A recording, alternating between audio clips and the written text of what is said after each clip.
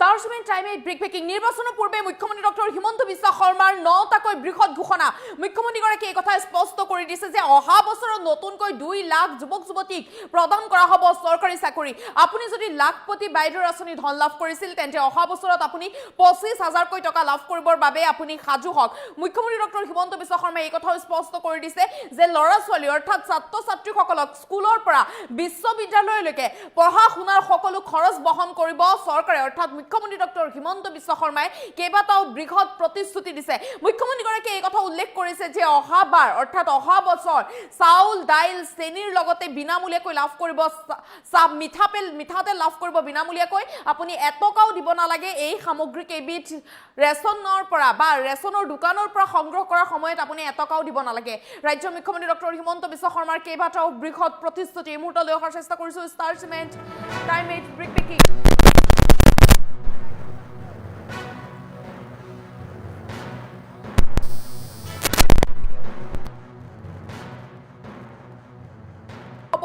সৰকাৰি চাকৰি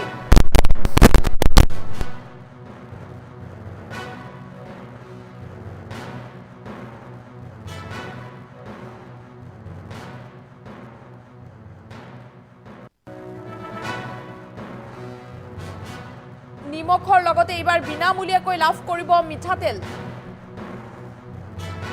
ৰেচন কাৰ্ডৰ হিতাধিকাৰীসকলৰ বাবেও বৃহৎ সুবিধা অহাবাৰৰ পৰা ৰেচন লওঁতে এটকাও দিব নালাগে বিনামূলীয়াকৈ লাভ কৰিব দাইল চেনি নিমখৰ লগতে মিঠাতেল স্কুলৰ পৰা বিশ্ববিদ্যালয়লৈকে সকলো ছাত্ৰ ছাত্ৰীৰ পঢ়াৰ দায়িত্ব ল'ব চৰকাৰে গতিকে অভিভাৱকসকলে কোনো ধৰণৰ চিন্তা কৰিব নালাগে অভিভাৱকসকলে খৰচ কৰিব নালাগে চৰকাৰে সম্পূৰ্ণ দায়িত্ব বহন কৰিব প্ৰাপ্তবয়স্ক নোহোৱালৈকে প্ৰতিগৰাকী শিক্ষাৰ্থীক প্ৰদান কৰা হ'ব সাইকেল একোখনকৈ সাইকেল লাভ কৰিব ছাত্ৰ ছাত্ৰীসকলে বিদ্যালয়লৈ যোৱাৰ সময়তো কোনো ধৰণৰ সমস্যাৰ সৃষ্টি নহয় এতিয়ালৈকে যিসকল বঞ্চিত হৈ আছে ঘৰৰ পৰা চৰকাৰী ঘৰ পোৱা নাই বা অৰুণোদয় আঁচনি সুবিধা পোৱা নাই সকলোৱে লাভ কৰিব চৰকাৰী ঘৰ অৰুণোদয় আঁচনি চাহ জনজাতিৰ লোকসকলে একেলগে মাটিৰ পট্টা আৰু চৰকাৰী ঘৰ লাভ কৰিব আগন্তুক 5 বছৰত বৰ্তমানতকৈ 4 গুণ অধিক উন্নয়ন কৰা হ'ব ৰাজ্যৰ মুখ্যমন্ত্ৰী ডক্টৰ হিমন্ত বিশ্ব শৰ্মাই বৃহৎ ঘোষণা কৰিছে নিৰ্বাচনৰ পূৰ্বে 9টাকৈ বৃহৎ প্ৰতিশ্ৰুতি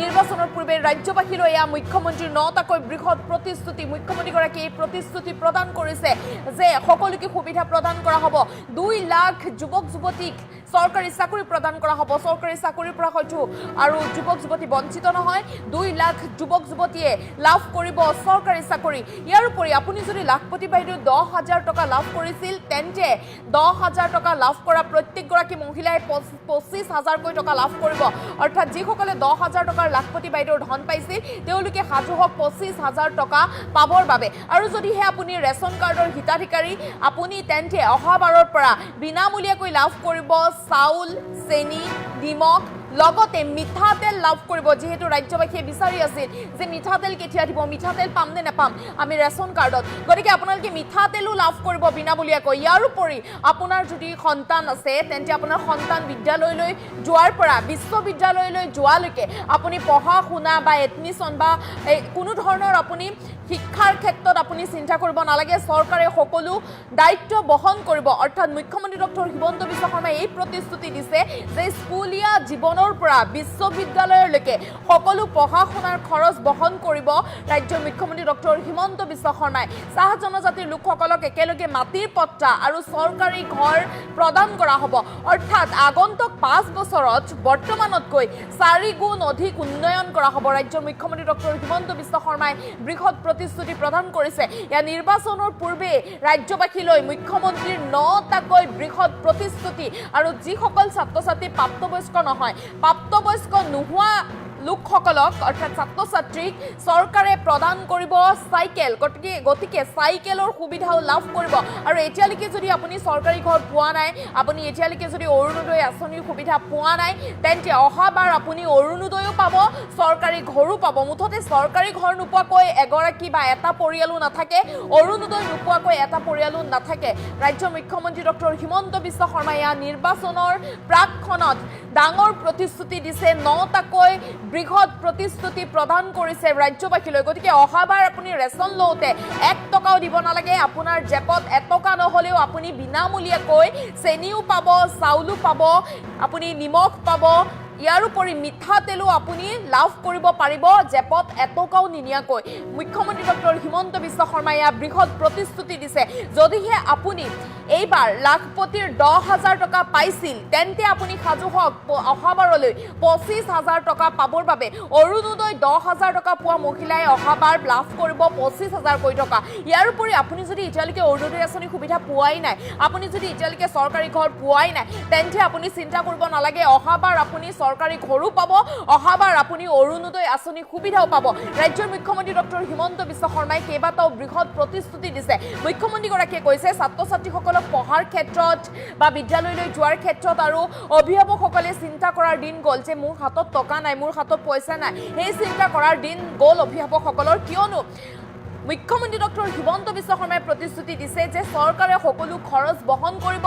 স্কুলৰ পৰা বিশ্ববিদ্যালয়লৈকে অৰ্থাৎ বিদ্যালয়ৰ পৰা বিশ্ববিদ্যালয়লৈকে সকলো পঢ়া শুনাৰ খৰচ বহন কৰিব চৰকাৰে। ৰাজ্য চৰকাৰে সকলো দায়িত্ব বহন কৰিব। গতিকে ছাত্ৰ ছাত্ৰীসকলেও চিন্তা কৰিব নালাগে। মুখ্যমন্ত্ৰী ডক্টৰ হিমন্ত বিশ্ব শৰ্মাৰ মন্তব্য আছে, মন্তব্য আগবঢ়াইছোঁ। প্ৰথমবাৰ 1.5 লাখ ল'ৰা ছোৱালীয়ে চাকৰি পালে, কোনেও 1 টকাও ঘোষ দিবলগীয়া নহ'ল। এইবাৰ আমি কি কৈছো যে যোৱাবাৰ আমি 1 লাখ ল'ৰা ছোৱালীক চাকৰি দিম বুলি কৈছিলো। এইবাৰ মই আপোনালোকক প্ৰতিশ্ৰুতি দিছো 2 লাখ ল'ৰা ছোৱালীক আমি চৰকাৰী চাকৰি দিম। ভাল হ'বনে বেয়া হ'ব? 2 লাখ। যোৱাবাৰ 1 লাখ বুলি কওঁতে 1.5 লাখ পালো। এইবাৰ 2 লাখ বুলি কওঁতে কিমান পায় মই নাজানো, 2 লাখটো ক্ৰছ কৰি দিম। আমাৰ ক্ৰিকেটত মানুহে বাউণ্ডাৰী মাৰে, মোৰ বাউণ্ডাৰী মাৰি ভাল নালাগে, মই একেবাৰে ছিক্সাৰ মাৰি দিওঁ। তাৰমানে যিমান কওঁ তাতকৈ অলপ বেছিকৈ কৰোঁ, তাতকৈ কম নকৰোঁ।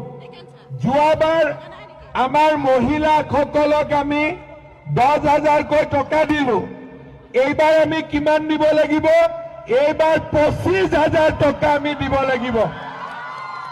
কাক কাক নালাগে হাত দাঙকচোন। আজি কাক কাক লাগিব হাত দাঙক। মোৰ ওপৰত বিশ্বাস আছে নে নাই? পাক্কা আছেতো? আৰু এইবাৰ আপোনালোকক আমি দালি, চাউল, নিমখ, চেনি দিলো। অহাবাৰ আমি লগত মিঠাতেলো আপোনালোকক আমি দিম। আৰু এইবাৰতো 100 টকা ললো, অহাবাৰতো দুখীয়া মানুহৰ পৰা 100 টকাটো নলওঁ। যা যি হ'ব হ'ব। ভাল হ'ব নে বেয়া হ'ব? আৰু এটা কথা যি আপোনালোকক কলো, এইবাৰৰ পৰা ল'ৰা আৰু ছোৱালী স্কুলৰ পৰা ইউনিভাৰ্চিটিলৈকে সকলোকে পঢ়োৱাৰ দায়িত্ব আমাৰ মাক বাপেকে ল'ব নালাগে। সকলোকে বিনা পইচাত পঢ়োৱাৰ দায়িত্ব আমাৰ। আৰু এইবাৰ কি কৰিব লাগিব? য'তে যাওঁ মই আশীৰ্বাদ যাত্ৰাত সৰু সৰু বাচ্চাবিলাকে মোক কয় মামা এখন চাইকেল দিয়ক। সেইকাৰণে ডাঙৰ বিলাকৰ লগতে ভোট নাথাকা সৰু সৰু বাচ্চাবিলাককো এখন এখন চাইকেল দিব লাগিব। ভাল হ'ব নে বেয়া হ'ব? আৰু যিবিলাকে ঘৰ পাবলগীয়া আছিল নাই পোৱা, যোনে অৰুণোদয় পাবলগীয়া আছিল নাই পোৱা, সকলোৱে চিন্তা নকৰিব। সকলোকে ঘৰ আৰু অৰুণোদয় দিয়াৰ দায়িত্ব মূৰৰ ওপৰত আমি সকলোকে দিয়াৰ ব্যৱস্থা কৰিম। চাহ বাগিচাত এইবাৰ মাটি দিয়াৰ কাম আৰম্ভ কৰিছো। মাটিৰ পট্টাৰ লগতে ঘৰ বনাবৰ কাৰণেও 1.5 লাখ টকা মাটিও পাব, ঘৰো পাব, একেলগে সকলো সুবিধা পাব। শ্ৰদ্ধা ৰাইজ, আগতে কোনো কেতিয়াও ইমান কাম কৰা নাছিল। দেশত বোমা বিস্ফোৰণ নাই, গুলী বাৰুদ নাই, হুলস্থুল নাই, শান্তি সকলো ফালে। যোৱা 5 বছৰ যিমান কাম কৰিলো, অহা 5 বছৰত তাতকৈ 4 গুণ আমি বেছিকৈ কাম কৰিম। একেলগে সকলোৱে কাম কৰিম। অসমত প্ৰথমবাৰ 1.5 লাখ ল'ৰা ছোৱালীয়ে চাকৰি পালে, কোনেও 1 টকাও ঘোষ দিবলগীয়া নহল। এইবাৰ আমি কি কৈছো যে যোৱাবাৰ আমি 1 লাখ ল'ৰা ছোৱালীক চাকৰি দিম বুলি কৈছিলো, এইবাৰ মই আপোনালোকক প্ৰতিশ্ৰুতি দিছো 2 লাখ ল'ৰা ছোৱালীক আমি চৰকাৰী চাকৰি দিম। ভাল হ'ব নে বেয়া হ'ব? 2 লাখ। যোৱাবাৰ 1 লাখ বুলি কওঁতে 1.5 লাখ পালো, এইবাৰ 2 লাখ বুলি কওঁতে কিমান পায় মই নাজানো, 2 লাখটো ক্ৰছ কৰি দিম। আমাৰ ক্ৰিকেটত মানুহে বাউণ্ডাৰী মাৰে, মোৰ বাউণ্ডাৰী মাৰি ভাল নালাগে, মই একেবাৰে ছিক্সাৰ মাৰি দিওঁ। তাৰমানে যিমান কওঁ তাতকৈ অলপ বেছিকৈ কৰো, তাতকৈ কম নকৰো। যোৱাবাৰ আমাৰ মহিলাসকলক আমি 10,000কৈ টকা দিলো, এইবাৰ আমি কিমান দিব লাগিব? এইবাৰ 25,000 টকা আমি দিব লাগিব। কাক কাক নালাগে হাত দাঙকচোন। আজি কাক কাক লাগিব হাত দাঙক। মোৰ ওপৰত বিশ্বাস আছে নে নাই? পাক্কা আছেতো? আৰু এইবাৰ আপোনালোকক আমি দালি, চাউল, নিমখ, চেনি দিলো, অহাবাৰ আমি লগত মিঠাতেলো আপোনালোকক আমি দিম। আৰু এইবাৰতো 100 টকা ললো, অহাবাৰতো দুখীয়া মানুহৰ পৰা 100 টকাটো নলওঁ। যা যি হ'ব হ'ব। ভাল হ'ব নে বেয়া হ'ব?